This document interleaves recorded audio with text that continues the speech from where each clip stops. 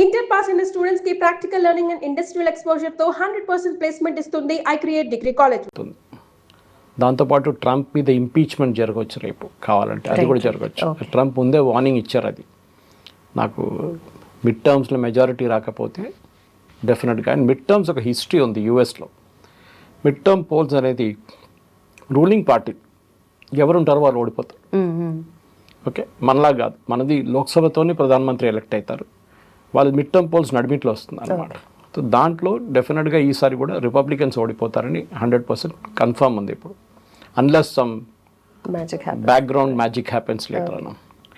ఇప్పుడు పరిస్థితి ఎట్లా ఉందంటే, మనం డిస్కస్ చేస్తున్నాం సౌదీ అరేబియా గురించి, పాకిస్తాన్ గురించి, టర్కీ గురించి మాట్లాడాం. ఒక నో కాన్ఫిడెన్స్ మోషన్ అనమాట ప్రెసిడెంట్ ట్రంప్ వ్యతిరేకంగా. ఎందుకంటే దీనికన్నా ముందు ఎప్పుడైనా ఏదైనా మాట్లాడితే ప్రెసిడెంట్ ట్రంప్ అంటారు మేమే సేవియర్, మేమే స్టేట్ ఆఫ్ హార్మోస్ని కాపాడుకుంటాం, మిడిల్ ఈస్ట్ అంతా మా చేతిలో ఉందని. చాలా సంవత్సరాల నుంచి ఇదొక లాజిక్ ఉండే యూఎస్ది. వాళ్ళ ఆయుధాలు అమ్మడానికి అన్నిటికంటే ఈజియెస్ట్ మార్కెట్ గల్ఫ్. ఒకటి, వాళ్ళ దగ్గర చాలా డబ్బులు ఉన్నాయి. రెండవది, అక్కడ ఉన్న ప్రతి రెజీమ్ అన్స్టేబుల్గా ఉంది. అక్కడ 3 రెజీమ్సే స్టెబిలిటీతో ఉన్నారు. ఒకటి Saddam Hussein Iraq, Bashar al Assad Syria, colonel Mohammad Gaddafi Libya. ఈ 3 దేశాలు డిక్టేటర్స్ వాళ్ళు, కానీ వాళ్ళు స్టెబిలిటీ ఎన్షోర్ చేశారు. ఇది అమెరికాకి ఎప్పుడు నచ్చదు. అమెరికాకి కావాల్సిన దేశాలు ఇప్పుడు అన్స్టేబుల్గా ఉండాలి. అంటే ఇవాళ ఏముంటుంది రేపని జరుగుతుంది చెప్పలేము. దానికి క్లాసిక్ ఎగ్జాంపుల్ పాకిస్తాన్. పాకిస్తాన్ మనలాగానే, మనకన్నా ఒక రోజు ముందు ఇండిపెండెన్స్ వాళ్ళకి వచ్చింది, August 14, 1947. కానీ ఆ రోజు నుంచి ఈ రోజు దాకా పాకిస్తాన్లో ఒక స్టెబిలిటీ లేదు, ఏ గవర్నమెంట్ స్టేబుల్గా లేదు. Most of the time army government నడిపించారు దేశం అంతా. లేకుంటే ఇప్పుడు కూడా ఉన్న గవర్నమెంట్ లాగానే అసీం మునీర్ అన్ని డిసైడ్ చేస్తారు, షబాజ్ షరీఫ్ సంతకం పెడతారు అంతే. చెప్పడానికి సివిలియన్ గవర్నమెంట్, కానీ నడిపిస్తున్నంత ఆర్మీ. ఇదే యూఎస్కి కావాలి. ఎక్కడెక్కడ అన్స్టెబిలిటీ ఉందో వాళ్ళు దాన్ని ఎక్స్ప్లాయిట్ చేసుకుంటారు ఆయుధాలు అమ్మడానికి. మనందరూ తెలిసిందే, this entire thing goes back to Soviet invasion ఆఫ్ఘనిస్తాన్లో జరిగినప్పుడు ఫస్ట్ టైం. అప్పుడు అమెరికా డిసైడ్ చేశారు, మేము పాకిస్తాన్ సహాయంతో అక్కడ ఒక యాంటీ రష్యన్ ఫోర్సెస్ని బిల్డప్ చేస్తాం. దాని పేరు చాలా పేర్లు పెట్టుకున్నారు, తాలిబాన్ అన్నారు, మిగతా ఏదో పేర్లు వచ్చినాయి. కానీ తర్వాత ఒకసారి సోవియట్స్ని అక్కడి నుంచి బయటకు కొట్టి తరిమి కొట్టిన తర్వాత వీళ్ళతో ఏం చేయాలని అర్థం కావట్లేదు పాకిస్తాన్కి. అప్పుడు అల్ఖైదా తయారైంది, దాని నడిమిట్లో ఐసిస్ వచ్చింది, తాలిబాన్ పారిపోయారు ఆఫ్ఘనిస్తాన్ నుంచి. తర్వాత అక్కడ పీరియడ్ ఆఫ్ ఇన్స్టెబిలిటీ ఉండే ఆఫ్ఘనిస్తాన్లో, ఎవరు ఆఫ్ఘనిస్తాన్ నడిపిస్తున్నాడో తెలియదు. దాని తర్వాత 9/11 జరిగింది.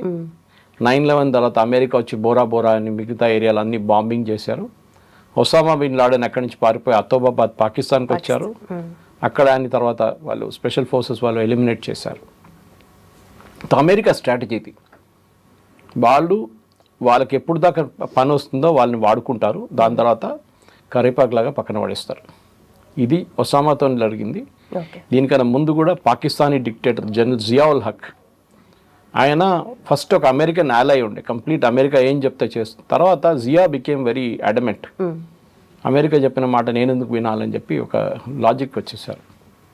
సో అమెరికాకి అర్థమైపోయింది ఈయనని డిస్పోజ్ చేయాలి.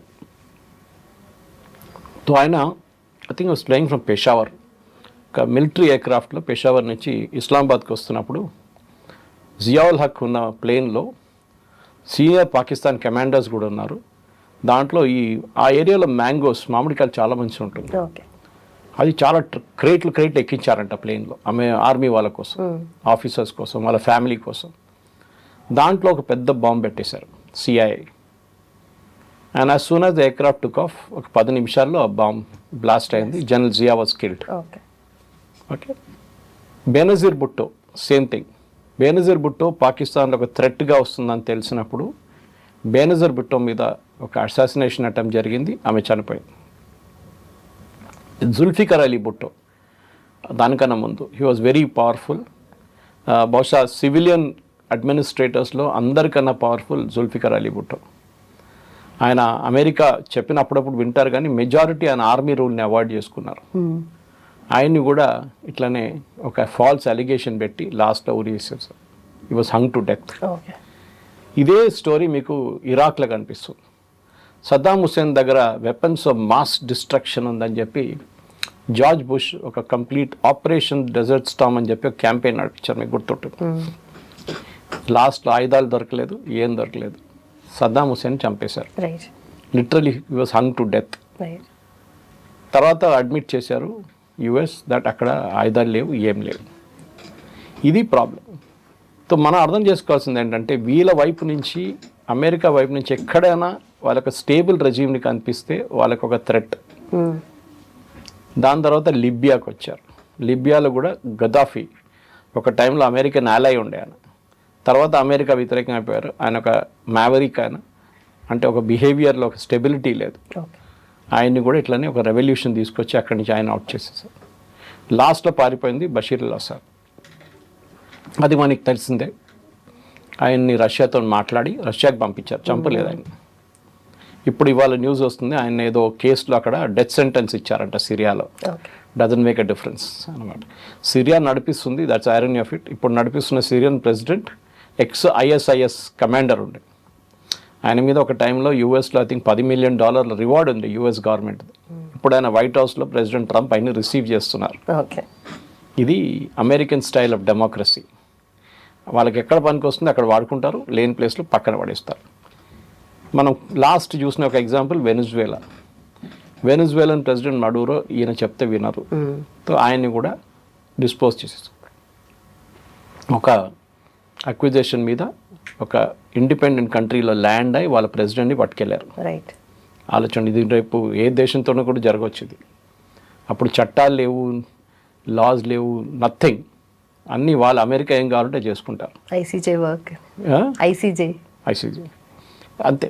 So this is what America does very good. ఇది మీరు క్యూబన్ మిసైల్ క్రైసిస్ టైంలో కూడా మీరు చాలా మటుకు చూసుంటారు. During the Cuban missile crisis John F Kennedy Soviets తీసుకొచ్చి వాళ్ళ న్యూక్లియర్ ఆర్మ్స్ అంతా క్యూబాలో పెట్టినప్పుడు పానిక్ అయ్యారు ఇమ్మీడియట్గా. డెడ్ లైన్ ఇచ్చారు. అప్పుడు యుఎస్ఎస్ఆర్కి వార్నింగ్ ఇచ్చారు, మీరు ఇది ఇక్కడ తీసేయాలి, లేకుంటే we will also bomb Soviet union. So దాని తర్వాత ఒక అండర్స్టాండింగ్కి వచ్చి విత్డ్రా చేసుకున్నారు ఇద్దరు. ఇట్లా అమెరికా ప్రతి నేను హిస్టరీ ఎందుకు చెప్తున్నా అంటే, మన ఇప్పుడు ఇరాన్లో జరుగుతుంది ఏదో కొత్తది అనుకోకూడదు. దీనికి ఒక బ్యాక్ స్టోరీ ఉంది, ఒక హిస్టరీ ఉంది. అది మనం ఇప్పుడు చూస్తున్నాం. ఇప్పుడు ఈ యుద్ధం మొదలైందే మనకందరూ తెలుసు. వాస్ బేసిక్లీ అక్కడ అలీ ఖమెనీ ఆయన్ని చంపాలని చెప్పి ఇజ్రాయెల్ ఒక ప్లాన్ వేసుకున్నారు. వాళ్ళకి ఇంటెలిజెన్స్ వచ్చింది. First intelligence was on Tuesday, I think it is 24th something, 4 రోజుల ముందు యాక్చువల్ అసాసినేషన్ దగ్గర. కానీ ఆ రోజు ఏదో మార్పు వచ్చింది, ఈయన మీటింగ్ క్యాన్సిల్ చేశారని చెప్పి నెక్స్ట్ 26th, దెన్ 28th. ఆ రోజు ముందే, ఒకరోజు ముందు ప్రైమ్ మినిస్టర్ నెటన్యాహు ప్రెసిడెంట్ ట్రంప్ని ఇన్ఫార్మ్ చేశారు దట్ మేము స్ట్రైక్ చేసిపోతున్నాం. టైం చెప్పలేదు. ప్రెసిడెంట్ ట్రంప్ కూడా అన్నారు మేము కూడా వస్తాం తోడు. ఎందుకంటే ఆయనకి క్రెడిట్ తీసుకోవడంలో నంబర్ 1 ప్రెసిడెంట్ ట్రంప్. సో నేను కూడా చేశానని చెప్పడానికి వెళ్ళాడు తోడు. ఇజ్రాయెల్ వాళ్ళ ఇమ్మీడియట్ ఆబ్జెక్టివ్ అచీవ్ చేసుకున్నారు. రెజీమ్ చేంజ్ జరగలేదు, వాళ్ళు రిటర్న్ వచ్చేసారు, వాళ్ళు పని చూసుకుంటున్నారు. వాళ్ళు హెజ్బుల్లా మీద బాంబులు వేయడం, హమాస్ మీద వేయడం. యుఎస్ అక్కడ స్టక్ అయిపోయారు. ఇప్పుడు ఆలోచన, మీ ఇద్దరు కలిసి వెళ్తున్నారు ఒక ట్రిప్కి, సడన్గా ఒక ఆయన విత్డ్రా చేసుకుంటే రెండో మంచి ఏమనుకుంటారు, నేను ఎక్కడ వెళ్ళాలి నాకు అర్థం కాదు, రూట్ ఎక్కడ ఉంది, రిటర్న్ ఎట్లా వెళ్ళాలి, వెహికల్ ఉందన్నదా. ఇది అమెరికా స్టేట్ ఇప్పుడు అన్నమాట. ఈ పరిస్థితి నుంచి అమెరికాని ముందుకు తీసుకెళ్ళడానికి ప్రెసిడెంట్ ట్రంప్ లాస్ట్ 4 నెలలు 5 నెలల నుంచి ట్రై చేస్తున్నారు. I think we're the 164th day. ఏ రిజల్ట్ లేదు. ఫస్ట్ అన్నారు రెజీమ్ చేంజ్ జరగలేదు, ఖమెనీని చంపారు కరెక్టే. కానీ వీళ్ళేమనుకున్నారు, ఈ ఖమెనీ చనిపోగానే ఇమ్మీడియట్గా రెజీమ్ పడిపోతుంది, కొత్త రెజీమ్ వస్తుంది. ఇన్ఫ్యాక్ట్ ఒక ప్రెసిడెంట్ ఉండే వాళ్ళది ఇరాన్ది, అహ్మదీనెజాద్, ఆయన్ని ఒక పాసిబుల్ ప్రెసిడెన్షియల్ క్యాండిడేట్గా కూడా వీళ్ళు రెడీగా డిక్లేర్ చేయడానికి రెడీగా ఉన్నారు యుఎస్. అదొక ఇజ్రాయేలీ ప్లాన్ ఉండే, కానీ అది ఫెయిల్ అయింది. ఏమైందంటే ఈ 28th బాంబింగ్ జరిగిన రోజు 2వ తారీఖు 2 మార్చ్కి అహ్మదీనెజాద్ని హౌస్ అరెస్ట్లో పెట్టారు ఇరాన్. చాలా సంవత్సరాల నుంచి 2-3 సంవత్సరాల నుంచి హౌస్ అరెస్ట్లో ఉన్నాడు. ఇరాన్కి ఆయన మీద డౌట్ ఉండే, ఈయన ఒక ఇజ్రాయేలీ ఏజెంట్గా తయారవుతున్నాడు, అమెరికన్ ఏజెంట్గా. హౌస్ అరెస్ట్లో పెట్టారు ఆయన. Even though is ex president. ఆయన కాంపౌండ్ మీద దాడి చేశారు Israel. I think it 2 March 3 March. Interesting, ఎందుకంటే ఆయన్ని విడిపించడానికి చేశారంట. అది ఆయన సరౌండ్ చేసిన సెక్యూరిటీ గార్డ్ని చంపడానికి బాంబ్ చేశారు. అన్ఫార్చునేట్లీ ఆయన మీద కూడా ఒక షార్ప్నర్ వచ్చి పడ్డది. బాంబ్ కాదు, ఒక పెద్ద పీస్. ఆయన గాయాలైనాయి. ఆయన ఇనాక్టివ్ అయిపోయాడు. ఆయన హాస్పిటల్ తీసుకెళ్లాలంటే అదంతా జరిగినప్పుడు ఆయన్ని రెజ్యూమ్లో తీసుకురాలేకపోయారు. కానీ అది కూడా జరగదు అనుకోండి, ఎందుకంటే ఏదైనా ఒక గవర్నమెంట్ని మార్చాలంటే గ్రౌండ్లో ఫోర్సెస్ ఉండాలి ఎప్పుడు. ఆ లెసన్ ఇప్పుడు యూఎస్ నేర్చుకున్నారు. ఇప్పుడు కాదు, చాలా రోజులు చెప్తున్నాం, బూట్స్ ఆన్ ద గ్రౌండ్ పెడితేనే ఒక రెజ్యూమ్ మారుతుంది. కానీ ప్రెసిడెంట్ ట్రంప్ కాదు, ఏ యుఎస్ ప్రెసిడెంట్ కూడా వియట్నాం తర్వాత బూట్స్ ఆన్ ద గ్రౌండ్ పెట్టడానికి రెడీగా లేరు. కోర్స్ ఆఫ్ఘనిస్తాన్లో పెట్టారు, 450 మంది చనిపోయారు. So they very ఫినికి. మీరు చూసుంటారు, వాళ్ళ వైపులో 2-3 చనిపోతే కూడా దాన్ని పెద్ద ఈవెంట్ లాగా చేస్తారు వాళ్ళు. ప్రెసిడెంట్ ట్రంప్ వస్తారు, బాడీ రిసీవ్ చేసే టైంలో పెద్ద మిలిటరీ సెరమనీ ఉంటుంది. ఒక సైడ్ ఏమో వేలాది మంది చనిపోతున్నారు, ప్రాబ్లం లేదు. ఇటువైపు 2-3 చనిపోగానే పెద్ద ఇష్యూ అయిపోద్ది అమెరికన్ మీడియాలో. So boots on the ground president Trump పెట్టడానికి రెడీగా లేరు.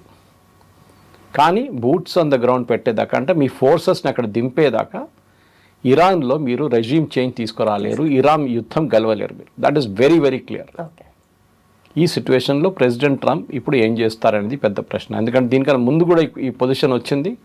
ఆ టైంలో కూడా ఆయన అన్నారు, కాదు మేము నెగోషియేట్ చేస్తున్నాము, దాని తర్వాత మేము స్టోనేజ్కి బాంబ్ చేసేస్తాము, తర్వాత మళ్ళీ నేను నెగోషియేట్ చేస్తున్నాము, తర్వాత మేము ఎంఓయూ చేశాము, ఆ ఎంఓయూ మీద చర్చలు నడుస్తున్నాయి, దాని తర్వాత మళ్ళీ బాంబింగ్ చేశారు, దాని తర్వాత అన్నారు లేదు మళ్ళీ చర్చలు సౌదీ అరేబియా చెప్పారు, ఖతార్ చెప్పారు, మళ్ళీ చర్చలు నడుస్తాయి. ప్రతిదీ కూడా టెంపరీ ప్లాన్ లాగానే. అంతే. అంటే the entire thing is straight of Hormuz. అక్కడే మనకి మెయిన్ ప్రాబ్లం అక్కడే వచ్చింది. ఈ స్ట్రెయిట్ ఆఫ్ హార్మూజ్ అనేది యుద్ధం కన్నా ముందు ఓపెన్ ఉండే, ఎవరు కావాలంటే వాళ్ళ షిప్ అక్కడ ఇక్కడ అన్నీ తీసుకోవచ్చు. ఇప్పుడు that has become main choke point.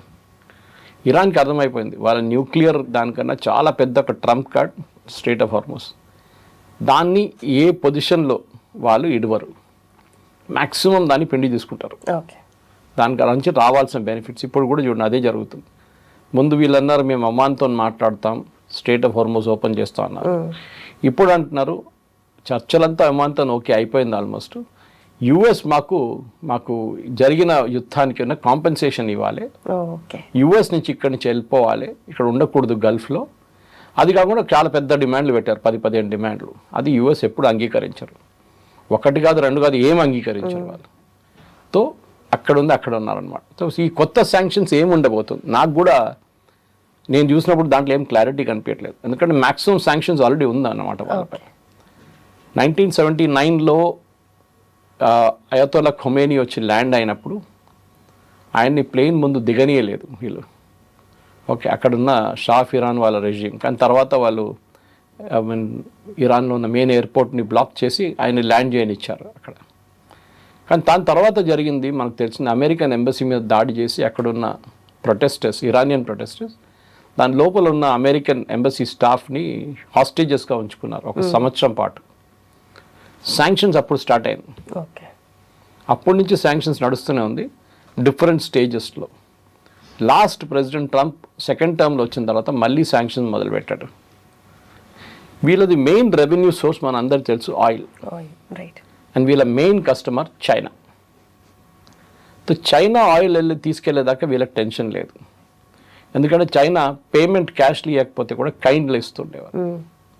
ఒకటి వాళ్ళు ఆయుధాల కోసం, అంటే వీళ్ళ మిసైల్ ప్రొడక్షన్కి ఉన్న కావాల్సిన అల్యూమినియం అండ్ స్టీల్ ప్రోడక్ట్స్, అది కాకుండా గైడెన్స్ సిస్టమ్స్, అంటే వీళ్ళు టెలిమెట్రీ చూపిస్తారు, వీళ్ళు రాడార్ లాగా యూస్ చేసి అటాక్ టైంలో దానికి ఎయిర్క్రాఫ్ట్ని ఫ్లై చేయడంలో కూడా. వీళ్ళ దగ్గర ఉన్నది ఒక శాటిలైట్ డేటా, అది కూడా ఇరాన్కి ఇచ్చారు కెనడా. ఓకే, అప్పుడు చైనా దగ్గర దాన్ని చైనా ఇస్తున్నప్పుడు దాని బదులు వాళ్ళు ఆయిల్ తీసుకెళ్తున్నారు. జస్ట్ బిఫోర్ February 28 ప్రతిరోజు 4 నుంచి 5 షిప్పులు చైనా ఆయిల్ తీసుకెళ్తుండే through the strait of Hormuz. ఇప్పుడు అది కంప్లీట్గా బ్లాక్ అయిపోయింది. కానీ చైనాకి టెన్షన్ లేదు, ఎందుకంటే చైనా రష్యా దగ్గర నుంచి కొంటున్నారు. రష్యా వాళ్ళకి ఎంత కావాలంటే ఎంత ఇవ్వడానికి రెడీగా ఉన్నారు. యుఎస్ 300 కాదు 500% డ్యూటీ పెడితే కూడా, టారిఫ్ పెడితే కూడా చైనా అసలు పట్టించుకోరు. చైనాకి ప్రాబ్లమే లేదు, వాళ్ళు కొంటారు. They will buy from USSR, వాళ్ళకి ఇంకా సోర్స్ లేదు. Venezuela was the biggest source వాళ్ళది, ఇరాన్తో పాటు వెనిజువేలా. కానీ వెనిజువేలా ఇప్పుడు యుఎస్ చేతిలో, వాళ్ళు నడిపిస్తున్నారు బిజినెస్. వాళ్ళు అక్కడ బయట కూర్చున్నారు, ఒక టేబుల్ వేసుకొని కూర్చున్నారు, ఏ షిప్ పోతుంది, ఎంత టోల్ తీసుకోవాలని చెప్పేసి. ఇప్పుడు అమెరికా దగ్గర ఉన్న పరిస్థితులు, అమెరికా మీరు చెప్పినట్లు ఆయుధాలు ఒక main issue, whether they really have weapons అనేది, అది చాలా మటుకు డిబేటబుల్ పాయింట్. ఎందుకంటే మనకు తెలుసు యుద్ధం మొదలైనప్పుడు వాళ్ళ దగ్గర 2600 మిసైల్స్ ఉండే, ఏది patriot anti missile defence system. అక్కడి నుంచి ఒక డ్రోన్ కొడితే, అక్కడి నుంచి మిసైల్ కొడితే అని అడ్డుకోవడానికి. రెండోది వాళ్ళ దగ్గర థర్డ్ మిసైల్ సిస్టమ్స్ ఉంది. Third missile system is very expensive, చాలా ఎక్స్పెన్సివ్. అది హై ఫ్లయింగ్ ఎయిర్క్రాఫ్ట్ వస్తున్న ఎయిర్క్రాఫ్ట్ మీద వాడడానికి మెయిన్గా యూస్ చేస్తారు. అది ఇరాన్ దగ్గర ఎయిర్క్రాఫ్టే లేదు, ఏం చేసుకుంటారు వాళ్ళు? సో అదొక పెద్ద ప్రాబ్లం ఉంది. అది వాడుకోలేము. వాడుకుంటే కూడా అది ఇప్పుడు పెద్ద పెద్ద డ్రోన్లు వస్తున్నాయి, దాని మీద వాడుకుంటారు. That is 5 million a piece. ఒక్కొక్కసారి ఫైర్ చేస్తాం, ఒక మిసైల్కి 5 million. అక్కడి నుంచి మనం డిస్కస్ చేస్తాం, ఇరాన్ పంపిస్తుంది $20,000 అంతే. ఈ పరిస్థితుల్లో ఇప్పుడు ప్రెసిడెంట్ ట్రంప్కి ఆయన దగ్గర ఉన్న ఆప్షన్స్ చాలా తక్కువ. వాళ్ళ మిలిటరీ అడ్వైజర్స్ ఎప్పుడు ఏం చేస్తారంటే, ప్రెసిడెంట్ కాదు, ఈ ప్రెసిడెంట్ కాదు, ఏ ప్రెసిడెంట్ అయినా కానీ, ఈవెన్ ప్రధానమంత్రి మోదీకి కూడా మిలిటరీ అడ్వైజర్స్ ఒక ఆప్షన్స్ ఇస్తారు. Option 1, option 2, option 3, option 4, option 5 కూడా ఉండొచ్చు. ఈ ఆప్షన్స్తో పాటు వాళ్ళు ఏం చెప్తారు, ఈ ఆప్షన్ చేస్తే this will be the result of it. మన దగ్గర ఒక 200 మంది చనిపోతారు, మన షిప్స్ మీద అటాక్ జరగవచ్చు, మన ఎంబసీస్ మీద, మిగతా కంట్రీస్లో ఉన్న ఎంబసీస్ మీద దాడి జరగవచ్చు, మన ఎయిర్ ఫోర్స్ బేస్ మీద దాడి జరగవచ్చు, బహ్రెయిన్లో ఉన్న 5th ఫ్లీట్ మీద దాడి, ఆప్షన్స్ ఇస్తారు. ఇప్పుడు ప్రెసిడెంట్ ఏం చేస్తారంటే, ఏ ప్రెసిడెంట్ అయినా కానీ, and even prime minister Modi, దాంట్లో లీస్ట్ క్యాజువాలిటీ ఏముంటుంది అండ్ గ్రేటెస్ట్ ఎఫెక్టివ్నెస్ ఏముంటుంది అది చూస్తారు. రెండు ఒకటేసారి రాదు. ఎప్పుడు చాలా ఎఫెక్టివ్గా ఉన్న స్ట్రైక్లో మీకు నష్టాలు కూడా ఎక్కువ ఉంటాయి, తక్కువ డ్యామేజింగ్ ఏది ఉంటుందో అది. ఎందుకంటే ఇరాన్ అడ్వాంటేజ్ అంటే, డిసడ్వాంటేజ్ అంటే ఇరాన్ కంటే వాళ్ళ దగ్గర ఎయిర్క్రాఫ్ట్ లేదు. వాళ్ళ దగ్గర ఎప్పుడో పాత షాఫ్ ఇరాన్ టైంలో ఉన్న ఎయిర్క్రాఫ్ట్, అమెరికన్ ఎయిర్క్రాఫ్ట్, దాని స్పేర్ పార్ట్స్ లేదు, అది వింటేజ్ అయిపోయింది. వాళ్ళ దగ్గర ఉన్నది ఒకటే, డ్రోన్స్ అండ్ మిసైల్స్. ఇది రెండు వాళ్ళు వాడుకుంటున్నారు. ఇప్పుడు ప్రెసిడెంట్ ట్రంప్ చెప్పిన మాటకి మీరు చూడండి, దట్ మా దగ్గర ఆయుధాలు లేనప్పుడు ఇరాన్ దగ్గర ఆయుధాలు కూడా తక్కువ ఉంది క్వాంటిటీ వైజ్. ఎందుకంటే వాళ్ళు ఒకసారి 50-30 డ్రోన్లు కొడుతుండే ముందు, ఇప్పుడు వాళ్ళు 5 డ్రోన్లు కూడా కొట్టట్లేదు. అదే టైంలో ఇజ్రాయెల్ పొజిషన్ చూడండి. ఇజ్రాయెల్లో ఒక ఎలక్షన్ ఇప్పుడు రాబోతుంది నెక్స్ట్ మంత్. ఇజ్రాయలీ ప్రజలు చాలా క్లియర్గా చెప్పేశారు దట్ మీరు ప్యాలెస్టైన్ని ఫినిష్ చేయాల్సిందే. ఏ ప్రెసిడెంట్ అయినా, ఏ ప్రైమ్ మినిస్టర్ అయినా. వాళ్ళ దగ్గర ప్రైమ్ మినిస్టర్కి effect, president is a very ornamental post, మన ప్రెసిడెంట్ లాగానే పవర్స్ ఏం లేవు ఎక్కువ. ఏ ప్రైమ్ మినిస్టర్ వస్తారో ఈ నెక్స్ట్ ఎలక్షన్లో వాళ్ళు చేయాల్సింది ఒకటే పని, go after Palestine, finish the leaders, వాళ్ళు మొత్తం ఫినిష్ చేయండి. అటువైపు హెజ్బుల్లా వెళ్ళండి, హెజ్బుల్లాని ఫినిష్ చేయండి. ఇరాన్ కావాలంటే ఇరాన్ని కొట్టండి, ఫినిష్ చేయండి. ఇజ్రాయేలీ ప్రజలకు ప్రాబ్లమే లేదు. వేరే మన అమెరికాలో ఏం చూస్తున్నాం, అమెరికన్ ప్రజలు అంటున్నారు ప్రెసిడెంట్ ట్రంప్ దగ్గర, మీరు యుద్ధానికి ఎందుకు వెళ్తున్నారు, యుద్ధాన్ని నుంచి వచ్చేసేయండి. హైలీ అన్పాపులర్ వార్ అక్కడ, 77% పీపుల్ వ్యతిరేకిస్తున్నారు యుద్ధాన్ని. ఇక్కడేమో ఆపోజిట్ దాన్ని ఇజ్రాయెల్లో. ఇజ్రాయేలీ ప్రజలు అంటున్నారు కాదు, you have to go after these fellows, finish them off. So అదే ప్రెసిడెంట్ ట్రంప్కి ప్రైమ్ మినిస్టర్ నెటన్యాహుకి కొంచెం డిఫరెన్స్ ఒపీనియన్ చాలా మటుకు వచ్చింది. మీరు చూసుంటారు, దీనికన్నా ముందు కొన్ని ఫోన్ కాల్స్లో ఆయన కోప్పడ్డారు. ఒకసారి ఎస్ఓబి అని పిలిచారు నెటన్యాహుని, కానీ నెటన్యాహు చాలా కూల్గా ఉన్నారు.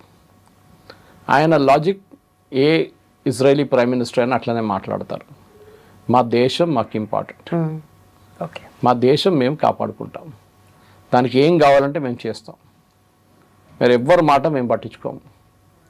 మీరు ఆయుధాలు ఇవ్వరన్నారు, no problem, we will buy from India. మీకు డిప్లొమాటిక్ సపోర్ట్ ఇస్తుంది, నో ప్రాబ్లం, నాకు అక్కర్లేదు డిప్లొమాటిక్ సపోర్ట్. ఇట్లా ప్రతి దానికి థ్రెట్ పెట్టి కూడా ఇరాన్ అట్లా అక్కడ ఎంత మొండితం చూపిస్తున్నారు, ఇక్కడ కూడా వీళ్ళు కూడా అంతే. They are also very adamant.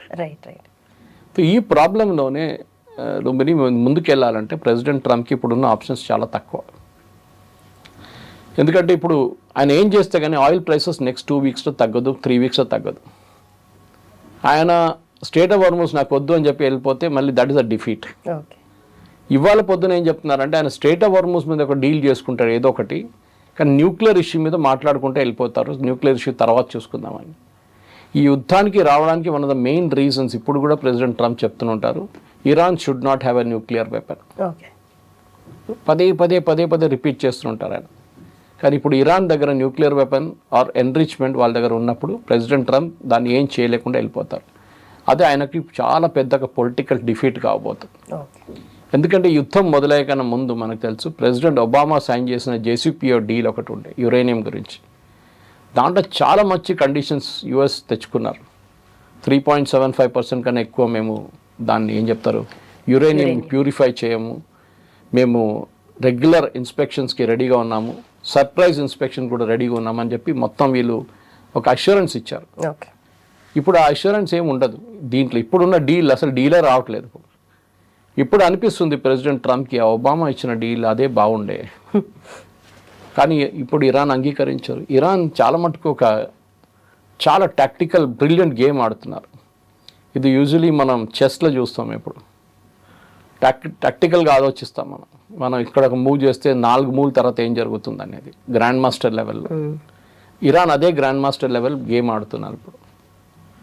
So Iran దగ్గర తెలుసు, ఇరాన్కి ఒక చాలా క్లియర్ ఒక మునుగుతున్న మనిషి, ఐఎమ్ గోయింగ్ టు సింక్ అని తెలుసు వాళ్ళకి. కానీ తోడు వాని కూడా గుంజి తీసుకెళ్తాను నేను అని ఒక యాటిట్యూడ్ అది.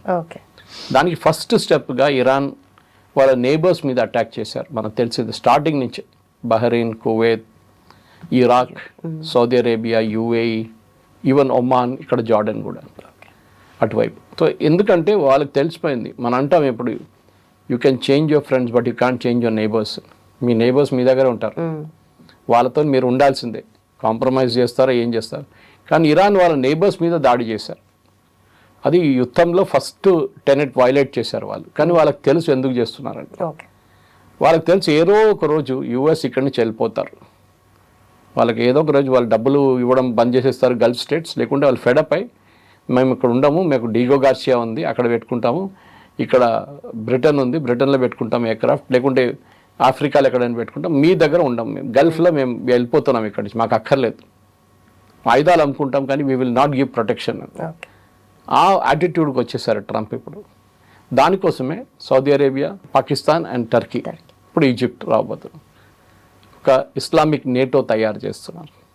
వాళ్ళకి తెలిసిపోయింది అమెరికన్ పవర్ చాలా మట్టుకు లాస్ట్ ఒక 6 నెలల్లో really nose diving American treasure. వాళ్ళు ఏం చేయలేకపోతున్నారు.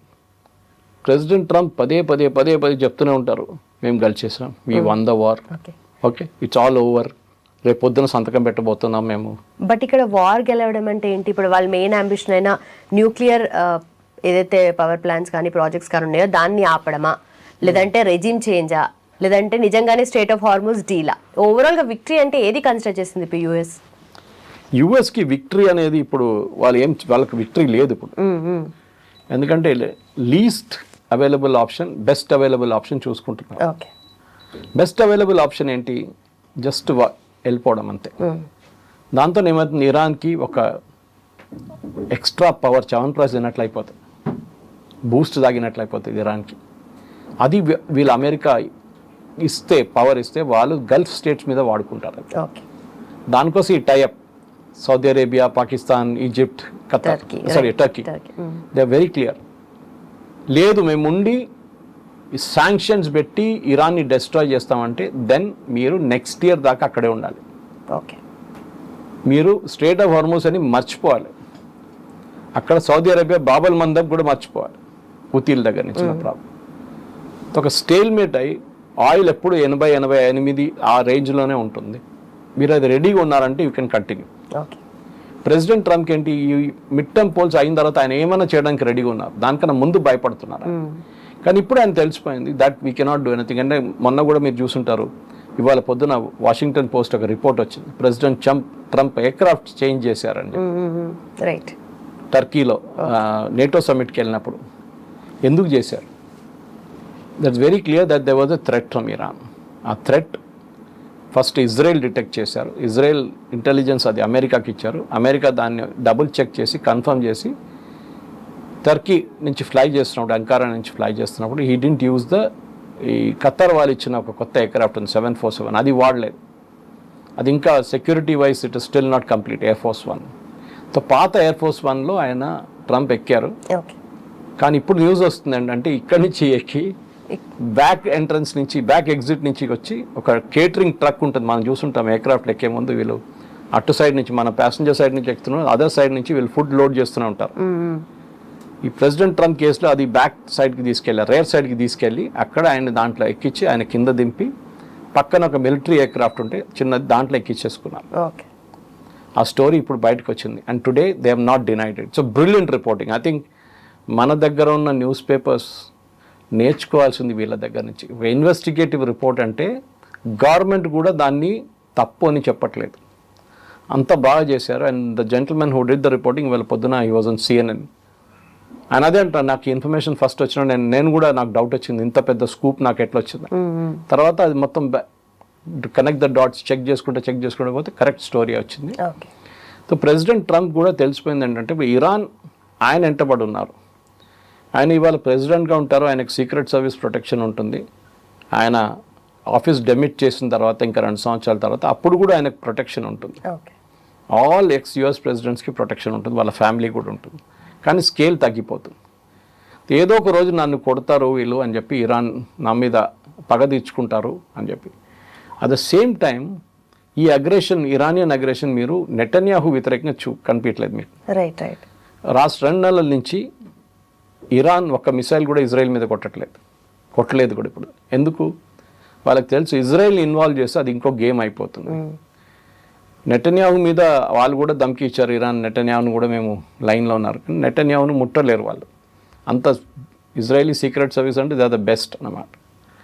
ఇప్పుడున్న పరిస్థితుల్లో ప్రెసిడెంట్ ట్రంప్ ఉన్న 2-3 ఆప్షన్స్లో ఒకటి, as I describe before, strait of హార్మోస్ని క్లోజ్గా ఉంచుకొని ఇరాన్ మీద శాంక్షన్స్ పెట్టడం. కొత్త శాంక్షన్స్ ఏం పెడతారు? అదొక పెద్ద క్వశ్చన్. ఏంటి కొత్త శాంక్షన్? ఆల్రెడీ అన్ని శాంక్షన్స్ ఉన్నాయి వాళ్ళ మీద. బ్యాంకింగ్ ట్రాన్సాక్షన్ చేయలేరు, ఆయిల్ అమ్మలేరు, ఓకే, సరుకులు తెచ్చుకోలేరు. వాళ్ళ బయట బ్యాంకులో ఉన్న డబ్బుల్ని ఇప్పుడు కూడా ఫ్రీజ్ చేసి పెట్టారు, ఆల్మోస్ట్ $200 బిలియన్. ఇది ఏం చేయలేకపోతే ఇరాన్ ఏం చేస్తారు? మళ్ళీ అమెరికా క్యాల్కులేషన్ ఏంటంటే ఖర్గ్ ఐలాండ్ ఒకసారి ఫుల్ అయిపోతే ఆయిల్ ఫ్లో రివర్స్ అవుతుంది, మళ్ళీ అది ఆయిల్ వెళ్ళి పడిపోతుంది, డెస్ట్రాయ్ అయిపోతుంది. అది ముందు కూడా ఒక డౌట్ ఉండే, కానీ అది జరగలేదు ఇప్పుడు దాకా. రెండవది, అక్కడున్న రెజీమ్ దగ్గర డబ్బులు లేదు, అక్కడున్న రెవల్యూషనరీ గార్డ్ కానీ మిగతా వాళ్ళకి ఇవ్వాల్సిన డబ్బులు లేవు. సో వాళ్ళు ఒక రెబెలియన్ స్టార్ట్ చేసి వాళ్ళ గవర్నమెంట్ని కొట్టుపడేస్తారు. అదొక డౌట్ కూడా వీళ్ళకు ఉంది. కానీ ఇదన్నీ జరగాలంటే ప్రెసిడెంట్ ట్రంప్కి టైం కావాలి. అండ్ ఆయన దగ్గర ఇప్పుడు లేనిది time. He has to finish immediately. And Iran ఇంకా వెయిటింగ్ గేమ్ ఆడుతున్నారు. సరే, no problem, next year we will negotiate, no problem. వాళ్ళకి టైం అంతా ఉంది వాళ్ళ దగ్గర లేనిది డబ్బులు. అది ఎట్లనో వాళ్ళు అడ్జస్ట్ చేసుకుంటున్నారు. నాకు కూడా చాలా ఆశ్చర్యంగా ఉంది, ఎందుకంటే ఇంకా ఏదైనా దేశం అయితే ఇప్పుడు దాకా they would have given up, surrender చేసేస్తుండే. ఇరాన్ సరెండర్ చేయట్లేదు. అంటే వాళ్ళకి ఇంకా ఎక్కడి నుంచైనా డబ్బులు వస్తుందా? బహుశా ఉండొచ్చు. కానీ ఆ డబ్బులు ఖర్చు పెట్టడానికి, ఏమైనా తెచ్చుకోవడానికి వాళ్ళ దగ్గర రూట్ లేదు. ఉన్నది ఇదే రూట్. ఓకే, అది బందర్ అబ్బాస్కి వస్తుంది, వాళ్ళ అన్నిటికంటే పెద్ద పోర్ట్. దాన్ని బాంబ్ చేశారు US కంప్లీట్గా. కానీ ఒక షిప్ కూడా లోపలికి రావట్లేదు. వాళ్ళకి కావాల్సిన బియ్యం ఎక్కడి నుంచి వస్తుంది, గోధుమలు ఎక్కడి నుంచి వస్తుంది, వెజిటబుల్స్ ఎక్కడి నుంచి వస్తుంది, నాన్ వెజ్ ఎక్కడి నుంచి వస్తుంది, గాడ్ నోస్. ఒకటే ల్యాండ్ రూట్ తజికిస్తాన్ నుంచి ఉంది, పాకిస్తాన్ నుంచి ఉంది. పాకిస్తాన్ నుంచి ట్రక్స్ వస్తూనే ఉంటాయి, అది డైలీ బేసిస్ అది. కానీ అదొక పెద్ద దేశాన్ని మొత్తం వాళ్ళని ఏం చెప్తారు, వాళ్ళకి డైలీ ఫుడ్ పెట్టాలంటే it's a big challenge. So ఇప్పుడున్న ఇరానియన్ పరిస్థితుల్లో చాలా మటుకు ఇరాన్కి తెలుసు, మేము ఇంకా 2-3 నెలలు కూడా టిల్ డిసెంబర్ మేము ఇట్లనే ఉంటే అప్పుడు అమెరికా లిటరలీ అక్కడ అన్ని పక్కన పెట్టేసి క్రిస్మస్ కన్నా ముందు వాళ్ళ ఇంటికి వెళ్ళిపోతారు. కానీ అది జరగాలంటే ప్రెసిడెంట్ ట్రంప్కి ఇప్పుడున్న పరిస్థితుల్లో he has to show results. ఇప్పుడు రిజల్ట్స్ చూపించడానికి ఆయన దగ్గర ఏం లేదు, ఎందుకంటే ఇరాన్లో బాంబ్ చేయడానికి కూడా ఏం లేదు. ఇప్పుడు గాజా లాగా అయిపోయింది. ఇంకా ఎక్కువ బాంబ్ చేస్తే వాళ్ళ ప్రజల మీద బాంబ్ చేయాల్సి వస్తుంది. That will back fire. Okay, అది ఇజ్రాయెల్ చేస్తారు గాజాలో, ఈవెన్ బేరూట్లో చేస్తారు. ఇజ్రాయెల్కి ఏ ప్రాబ్లం లేదు, ఎవడేమన్నా అన్నని. మేము కావాల్సిన వాడు ఒక్క టెర్రరిస్ట్ కూడా ఒక బిల్డింగ్ లోపల ఎంటర్ అయితే ప్రెసిడెంట్ ట్రంప్ చెప్పారు ఒకసారి, మొత్తం బిల్డింగ్ కొట్టాలనా అని అడిగారు. ఎస్, ఇజ్రాయెల్ అదా, దాంతోపాటు 30 మంది చనిపోతారు. సో వాట్, మాకు టెర్రరిస్ట్ కావాలండే. ఇది మీన్ యొక్క ఇజ్రాయలీ యాటిట్యూడ్. అమెరికన్ యాటిట్యూడ్ అది కాదు, ఇది కొట్టాలనా వద్దా, ఇట్లా ఈ గోస్ బ్యాక్ అండ్ ఫోర్త్. అప్పుడు దాకా టార్గెటెడ్ డిసపియర్ అయిపోతారు. ఇది ఇప్పుడు జరుగుతుంది. ఇది సొల్యూషన్ లేదు. ఏం సొల్యూషన్ వస్తుందో మనకు తెలియదు. ఏది ఉంటే కానీ ప్రెసిడెంట్ ట్రంప్ ఈగో అన్నిటికంటే పెద్ద ప్రాబ్లం. ఆ ఈగో సాటిస్ఫై చేయాలంటే మీరే గెలిచారు అని చెప్పి ఇరాన్ వచ్చి ఒక ఫ్లవర్ బొకే ఇచ్చి వాళ్ళు థ్యాంక్ యూ వెరీ మచ్ అంటే వాళ్ళు వెళ్ళిపోతారు. కానీ అది ఇరాన్ చేయరు, ఒక ట్వీట్ వేసి క్లోజ్ చేస్తారు. కానీ ఇరాన్ చేయరు, అది ఇరాన్ తెలుసు. They want embarrass Trump okay అన్నమాట. Right sir. సో ఫైనలీ ఇప్పుడు ఇరాన్ గెలిచిందా అంటే అక్కడ వచ్చే అపోజిషన్ ని విత్స్టాండ్ చేసుకుంటుందా లేదా అన్నది పక్కన పెడితే, ఇప్పుడు యుఎస్ కి టైం లేదు కాబట్టి ఈ మిడ్ టర్మ్ ఎలక్షన్ లోపు కొంచెం బ్యాక్ స్టెప్ వేసే ఛాన్సెస్ అయితే ఎక్కువగా అనిపిస్తున్నాయి. కానీ చేయరు, ఈగో ప్రాబ్లం అయిపోతుంది. ఎందుకంటే అక్కడ డెమోక్రాట్ వాళ్ళు అంటారు ప్రెసిడెంట్ ఒబామాని తిట్టారు, ఎస్ఓబి అని పిలిచారు, అది చేశారు, సో వాట్. ఇప్పుడు మీరు చేసే ఏ డీల్ అయినా కానీ యురేనియం లేదు, ఏం లేదు, మళ్ళీ మీరు యుద్ధానికి ఎందుకు వెళ్ళారు, why did you get into the war, ఆ క్వశ్చన్ అడుగుతున్నారు అందరూ అన్నమాట. Right sir. ఆ పరిస్థితిలో ఉన్నారు ఇప్పుడు.